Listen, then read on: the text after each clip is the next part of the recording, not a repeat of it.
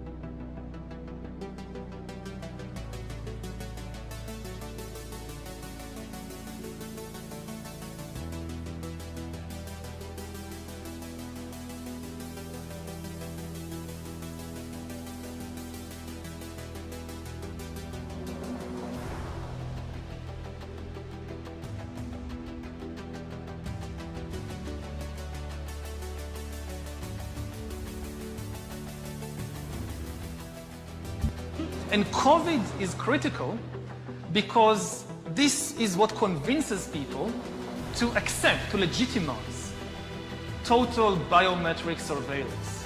If we want to stop this epidemic, we need not just to monitor people, we need to monitor what's happening under their skin. What we have seen so far is corporations and governments collecting data about where we go, who we meet, what movies we watch. The next phase is the surveillance going under our skin. We now see mass surveillance systems established even in democratic countries, which previously rejected them, and we also see a change in the nature of surveillance. Previously, surveillance was mainly above the skin. Now it's going under the skin. You could actually do this if you designed it in a way to create a very strong force field in front of it. And so that was the engineering aspect of it. And then once I designed the machine, then all sorts of discoveries started falling out of it. Oh, that was a good one! Tesla-phoresis is one of those things, it's a project that there are just so many avenues, so many things that I think you can do with it. Not just making conductive wires, but taking it in so many different places, not only just biomedical and engineering, but taking it into different industries like silicone chips or exploring different conductive materials. This also ties in just generally in nanotechnology that self-assembly is very big.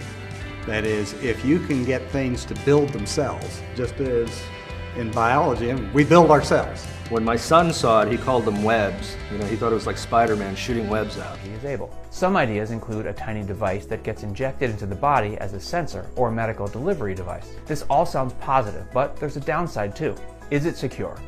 Tiny nano devices are typically controlled by a program on a traditional electronic device like a computer, smartphone, or server, meaning they could be very hackable. Some digital security experts posit that a single nanoparticle in the body with its own processor could be hacked. But they also say that if someone had more than one particle in the body, which many treatments would require,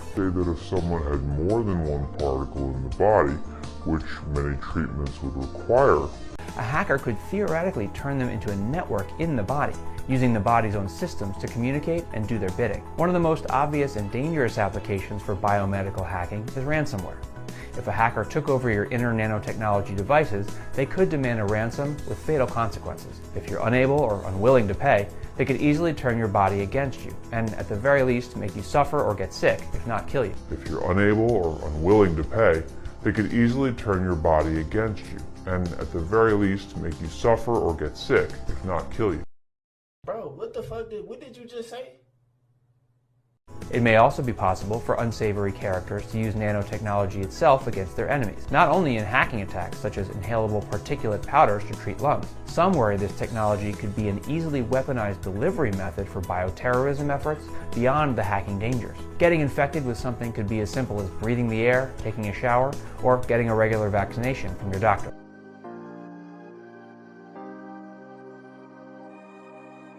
Take you through these blood smears that Dr. Gitala is revealing, because this is the stunning evidence. In the first picture I'm showing you, picture 1, you see moments, in her words, moments after the patient got to her office. We show that carbon nanotubes are present in the airways of asthmatic Parisian children.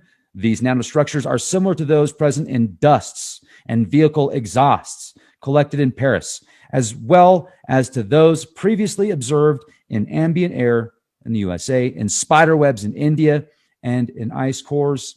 These results suggest that humans are routinely exposed to CNTs. Now, carbon nanotubes, let's read about this at nanowork.com. I'll leave the links to all of these articles in the video description box.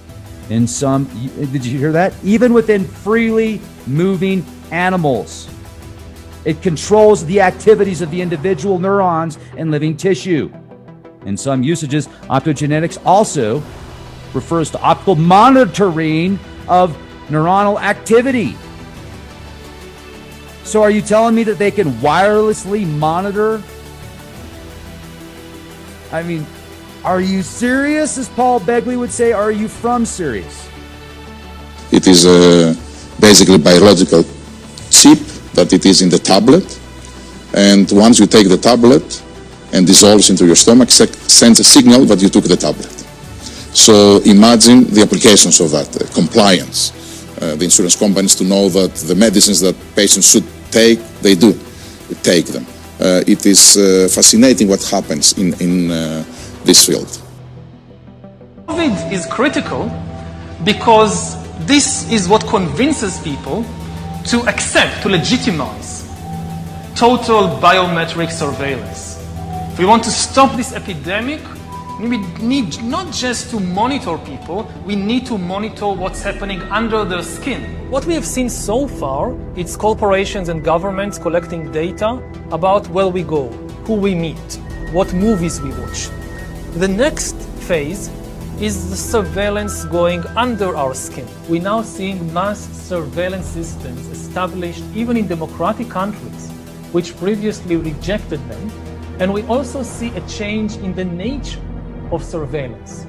Previously, surveillance was mainly above the skin. Now it's going under the skin.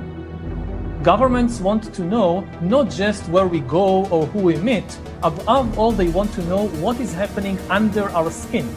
What's our body temperature? What's our blood pressure? What is our medical condition? Now humans are developing even bigger powers than ever before. We are really acquiring divine powers of creation and destruction. We are really upgrading humans into gods. We are acquiring, for instance, the power to re-engineer life. I know that in recent years, we saw populist politicians undermining deliberately the trust that people have in important institutions like universities, like respectable media outlets. These populist politicians told people that, say, scientists are this small elite disconnected from the real people. I mean, all this story about Jesus rising from the dead and being the Son of God, this is fake news. Humans are now hackable animals. You know, the whole idea that humans have, you know, they have this soul or spirit and they have free will and nobody knows what's happening inside me. So whatever I choose, whether in the election or whether in the supermarket, this is my free will, that's over.